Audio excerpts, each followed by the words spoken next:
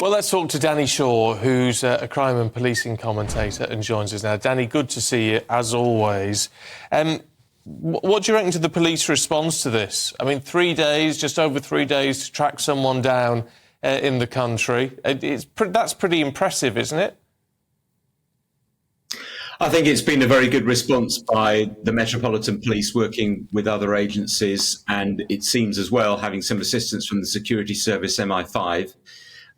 This is a prisoner who had more than an hour's head start on the police after he disappeared. He was described by the police as a resourceful man. He was a soldier, so he would have had at least some basic training in the sort of techniques to, get by. And we don't know, but it's possible that he may have had some assistance as well. You can see from all the reports now that he had changed his clothes. His prison clothes that he escaped in were not the clothes that he was found in. He had with him a bike. We know that because he was pushed off the bike, pulled off the bike by the police. So how had he acquired that bike? Had he stolen it, or had someone lent it to him? And he also had, I think, a bag full of groceries and a sleeping bag. So he had either had some assistance to obtain those, or he had stolen them himself. So those are the key investigative lines now for the police. They've done the really difficult bit. They've tracked this guy down. He hasn't done it would seem any harm to any members of the public. He's back in custody. So well done to the police for that. Now the other investigative work begins. They've got to find out if he was assisted. Yes, I mean, in ordinary life, if you waste police time, you can actually be charged with that, can't you? In this situation, my goodness, you can only wonder at the expense this whole operation has taken. It's not just a question of a sort of adventure of a young man escaping from prison. There is serious waste of time, and we're looking at pictures now of the huge police operation that was first of all held in Richmond Park. There was a helicopter involved, tracking it all night. Immense amount of police. So this is more than just a waste of time, isn't it? This will be a charge, I imagine, that will be added to his others. Well, he's in custody at the moment. I mean, the expectation is that there will be charges brought about escaping from lawful custody. I'm pretty sure about that, together with the original alleged offences, which he is facing trial for in November. This is a hugely expensive police operation, and I think it will be galling for the police that they did the hard work putting together a case together with the Crown Prosecution Service, charging this individual. He was in custody and then he escaped. That's the bit that I think will really annoy the police in this, that it was the prison service's responsibility to ensure that he was locked up and he slipped away. A rare event though that is. But having said all that, Anne, I mean, actually looking for wanted people is a fairly bread and butter sort of operation for the police. They have to do it all the time. Sure, the number of prisoners, the number of people, the number of wanted suspects they look for are not as high profile as Daniel Khalife, but it is something that police are pretty expert at doing. When they set their mind to finding someone, they usually do find that individual.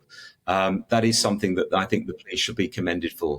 We were talking to His Majesty's Inspector of Prisons on Friday, who was, as you can imagine, quite damning about the state of prisons at the moment, and particularly about Wandsworth. I mean, it does raise a lot of questions. As he said, when recommendations are being made to these prisons, and then I think in his example, sort of 2 or 3 years later, still not enough has been done. It begs a question as to what is going on the prison estate. Absolutely. This escape has shone a light on the state of our prisons. I don't think there's been enough discussion or comment about it, before this.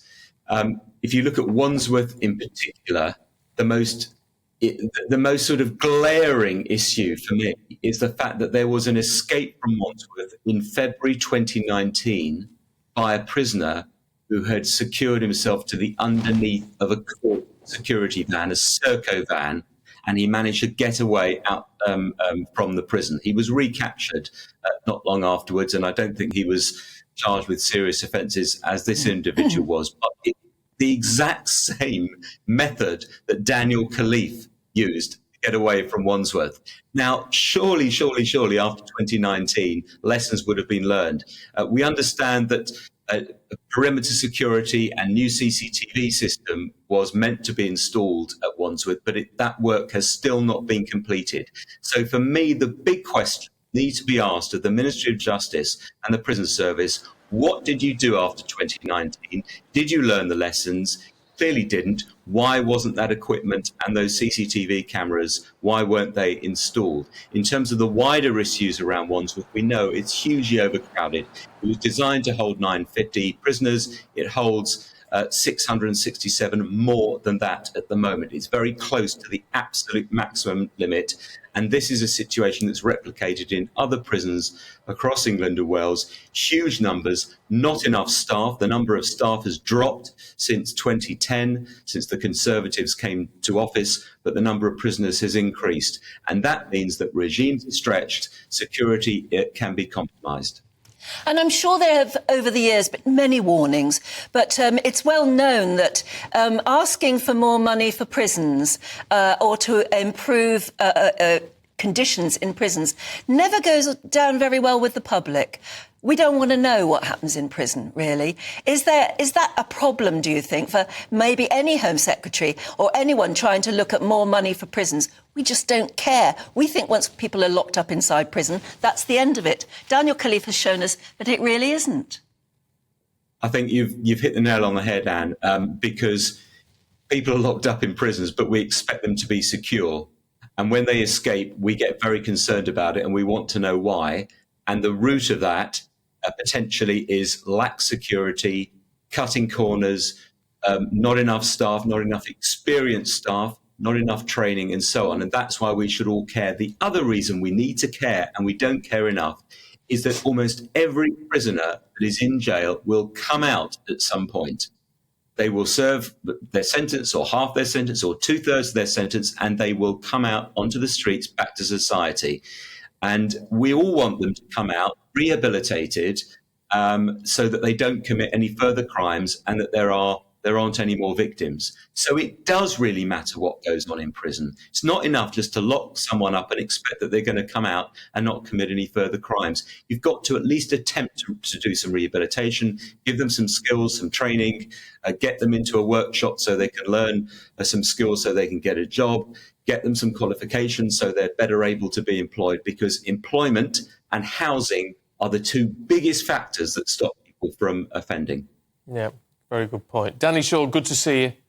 Thank you very much indeed. Thank you. It is that thing, out of sight, out of mind, is how it works. And we do need to be more aware of these people, I think. And, you know, and as Danny said, whether you like it or not, too many people just go, well, it's throw away the key. That's how you're tough on people. You throw away the key. Yeah, but you don't think what's happening to them inside. And if there isn't enough money being spent, then what happens inside just leads to frustration.